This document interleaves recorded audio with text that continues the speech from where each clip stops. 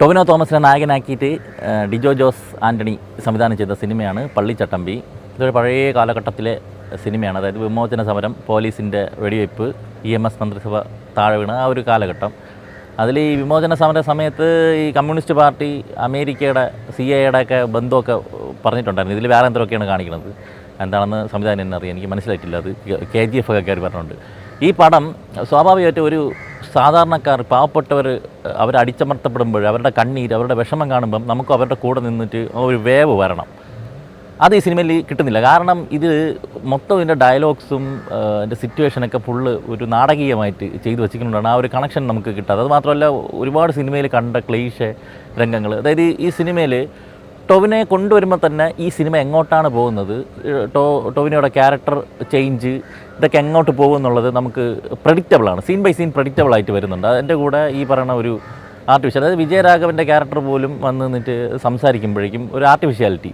അതായത് ഇപ്പോൾ തെലുങ്ക് പടങ്ങളൊക്കെ വന്ന് മലയാളത്തിൽ ഡബ് ചെയ്യുമ്പം സംസാരം കൊടുക്കൂലേ, അതുപോലെ അത് എവിടെയോ കുറേ രാജമൗലിയുടെ, ബാഹുബലിയുടെ കുറേ സാധനങ്ങളും എന്ന് പറഞ്ഞാൽ ആ സീൻ ബൈ സീൻ എന്നല്ല ഞാൻ പറയണത്. KGF അതിനൊക്കെ കണ്ട് ഇൻഫ്ലുവൻസ് ആയിട്ട് അതുപോലത്തെ ഒരു സാധനം നമുക്ക് ചെയ്യാമല്ലോ എന്ന് വിചാരിച്ച് കുറേ സീനുകളൊക്കെ ചെയ്തു വെച്ചിരിക്കും പോലത്തെ ഒരു ഫീലാണ് ഉണ്ടായിരുന്നത്.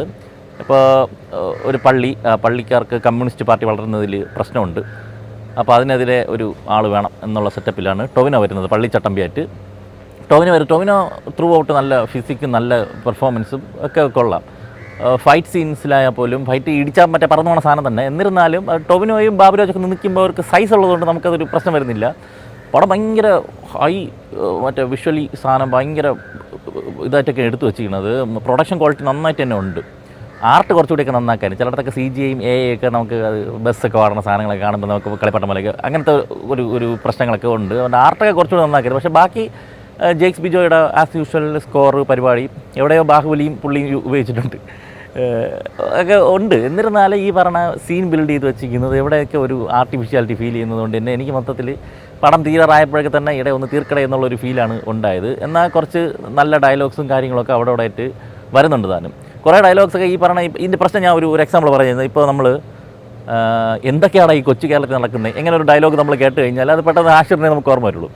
സെയിം അതുപോലത്തെ ഒരു ഡയലോഗ് അവിടെ ഒരു ഇമോഷണൽ സീനിൽ കൊണ്ടിട്ട് കഴിഞ്ഞാൽ നമുക്ക് ആ പോയിന്റിലോട്ടേ പോവുള്ളൂ, തോട്ട് അങ്ങനെ പോവുള്ളൂ. അതുകൊണ്ട് തന്നെ അവിടുത്തെ ഇമോഷൻ അവിടെ വർക്കാവത്തില്ല. അതുപോലെ ഇത് സഖാവേ എന്നെ ഒന്നുകൂടെ വിളിക്കാമോ സഖാവേ എന്നൊക്കെ പറഞ്ഞ് കാണുമ്പം ഈ പറഞ്ഞ ഈ ഒരു ഏച്ചുകെട്ടൽ ഈ പടത്തിൽ മുഴനീളം മുഴച്ച് നിൽക്കുന്നതുകൊണ്ടുള്ള ഒരു പ്രശ്നമായിട്ടാണ് എനിക്ക് തോന്നുന്നത്. മാത്രമല്ല ഇതിൻ്റെ ഒരു കാലഘട്ടം, പശ്ചാത്തലം അതൊക്കെ അടയാളപ്പെടുത്തി വരുമ്പോഴേക്കും പലരും സംസാരിക്കുന്ന അവരുടെ ഒരു ഡയലോഗ് ഡെലിവറിയും ഇതുമൊക്കെ ഒന്നും ഒരു ചേർച്ചയില്ലാത്ത പോലെ ഫീൽ. പ്രത്യേകിച്ച് കയാദ് ലോഹറിന് ഇത്രയും ക്ലോഷർ വയ്ക്കുന്ന സമയത്ത് ഇവള് ലിപ്പ് തെറ്റിപ്പോവാണ്. മലയാളം അറിയാത്തതിൻ്റെ പ്രശ്നമാണ്. പക്ഷേ അത് കറക്റ്റ് ചെയ്തെടുക്കണമെന്നുള്ള ഒരു മെനക്കെടൊന്നുമില്ല. അപ്പം അവൾ ഊവെന്ന് പറയുമ്പോൾ ഇവിടെ ആന്നായിരിക്കും കേൾക്കണത്. അതുകൊണ്ട് തന്നെ പെർഫോമൻസും ആ ക്യാരക്ടറും അതുമൊന്നും ഒട്ടും കണക്റ്റ് ആയില്ല. അതുപോലെ ഇതിൽ ഒരു ഫ്ലാഷ് ബാക്ക് കുട്ടിക്കാലം വരുന്നുണ്ട്, അത് അത്യാവശ്യം രസമായിരുന്നു. അവിടെ മാത്രമാണ് ഒരു ചെറിയൊരു ഇതെനിക്ക് ഫീൽ വന്നത്. ബാക്കി സമയത്തൊക്കെ ഈ കാണിക്കുന്നതൊക്കെ ചുമ്മാ റിപ്പീറ്റായിട്ട് ഇങ്ങനെ കാണിച്ചുകൊണ്ടിരിക്കുന്നു. ഇപ്പം ഞങ്ങളെ രക്ഷിക്കാൻ ആരുണ്ടറാ എന്നൊക്കെ പറഞ്ഞുകൊണ്ടൊക്കെ ഉള്ള സാധനങ്ങൾ, തള്ള്, മൂപ്പൻ ലെവൽ തള്ള്, ഇങ്ങനെ കുറേ സീനുകൾ ഇങ്ങനെയൊക്കെ പോകുന്ന ഒരു പടം. ഭയങ്കര ലെങ്തൊന്നുമില്ല, പക്ഷേ ഇതാണ് പ്രശ്നം. പിന്നെ സിദ്ദിഖ് ഇടയ്ക്കിടയ്ക്ക് വന്നിരുന്ന് എന്തൊക്കെയോ പറഞ്ഞിട്ട് പോകുന്നുണ്ട്. ജോണി ആൻ്റണി ഒരു കുറച്ച് സീനേ ഉള്ളൂ, പുള്ളിയെ കൊണ്ട് പറ്റുന്ന രീതിയിൽ പുള്ളി വെറുപ്പിച്ചിട്ട് പോയിട്ടുണ്ട്. അപ്പോൾ റാപ്പും കാര്യങ്ങളൊക്കെ ഈ രീതിയിലൊക്കെ ഇപ്പോഴും വിഷ്വലൈസ് ചെയ്യുന്നെന്നുള്ളത് നമുക്ക് ഒന്നും പറയാൻ പറ്റാത്ത ഒരു അവസ്ഥയാണ്. പിന്നെ സുധീർ കരമന, ബാബുരാജ്, അലക്സാണ്ടർ പ്രശാന്ത്, ജോസക്കുട്ടി ജേക്കബ് ഇവരൊക്കെ ഇപ്പോൾ നാട്ടിൽ വന്ന് ഇറങ്ങുമ്പോഴേക്കും ഒരു 10 പേര് റിയാക്ഷൻ വിടണമല്ലോ സൈഡിൽ നിന്നിട്ട് ഫ്രെയിമിൽ. അതിന് വേണ്ടിയിട്ട് ഇട്ടിക്കുന്ന ടീമുകളാണ്. അവരൊക്കെ നല്ല ഓവറായിട്ട് റിയാക്ഷൻ വിട്ടിട്ടുണ്ട്. പിന്നെ ധ്രുവനുണ്ട്, എൽദോ മാത്യു, മിഥുൻ വേണുഗോപാൽ, വിനോദ് കടാമംഗൽ ഇവരൊക്കെ അവിടെ ഇട്ടിട്ടുണ്ട്. പിന്നെ വേറെ നെഗറ്റീവ് ഷെയ്ഡി വരുന്നത് ശത്രു എന്നുള്ള ഒരാളാണ്. ഈ വില്ലന്മാരെ കാണിക്കുമ്പോഴൊക്കെ സിനിമ KGF ആയിട്ട് മാറും കേട്ടോ, അത് വേറെ കൂടെ. പിന്നെ അതിൻ്റെ കൂടെ പുട്ടിന് വീര പോലെ വേറെ ക്യാമിയോ ഉണ്ട്, കാണാൻ നല്ല രസമായിരുന്നു. പക്ഷെ എന്തരോ ഏതോ ഇത് എൻ്റെ മാത്രം അഭിപ്രായം കേട്ടോ. ചിലപ്പോൾ നിങ്ങൾക്കിത് ഭയങ്കരമായിട്ടൊക്കെ ഇഷ്ടപ്പെടുമായിരിക്കും. എനിക്ക് മൊത്തത്തിൽ ഈ പറഞ്ഞ ഒരു നാടകീയത, ഒരു സെറ്റിട്ട ഇതിലൊരു നാടകം കാണിക്കുന്നുണ്ട്, അതുപോലെ സെറ്റിട്ട ഒരു നാടകത്തിൻ്റെ ഫ്രണ്ടിൽ കുറേ വരുന്ന അഭിനയിക്കുമ്പോഴത്തെ ഒരു ഫീലാണ് ഉണ്ടായത്. സുരേഷ് ബാബുവാണ് എഴുതിയിരിക്കുന്നത്. Director of photography Tijo Tomy, editor Sreejith Sarang, music Jakes Bejoy. ഇതൊക്കെ കൊള്ളാം. മേക്കപ്പും അവിടെ ഒന്നുകൂടെയൊക്കെ ശ്രദ്ധിക്കാനും തോന്നി.